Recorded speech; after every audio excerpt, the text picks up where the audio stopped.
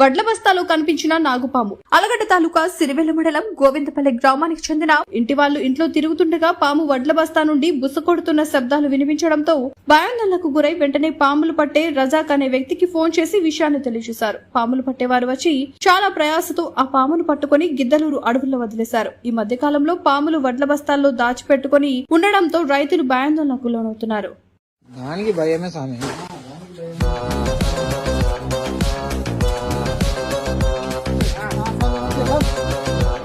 నావా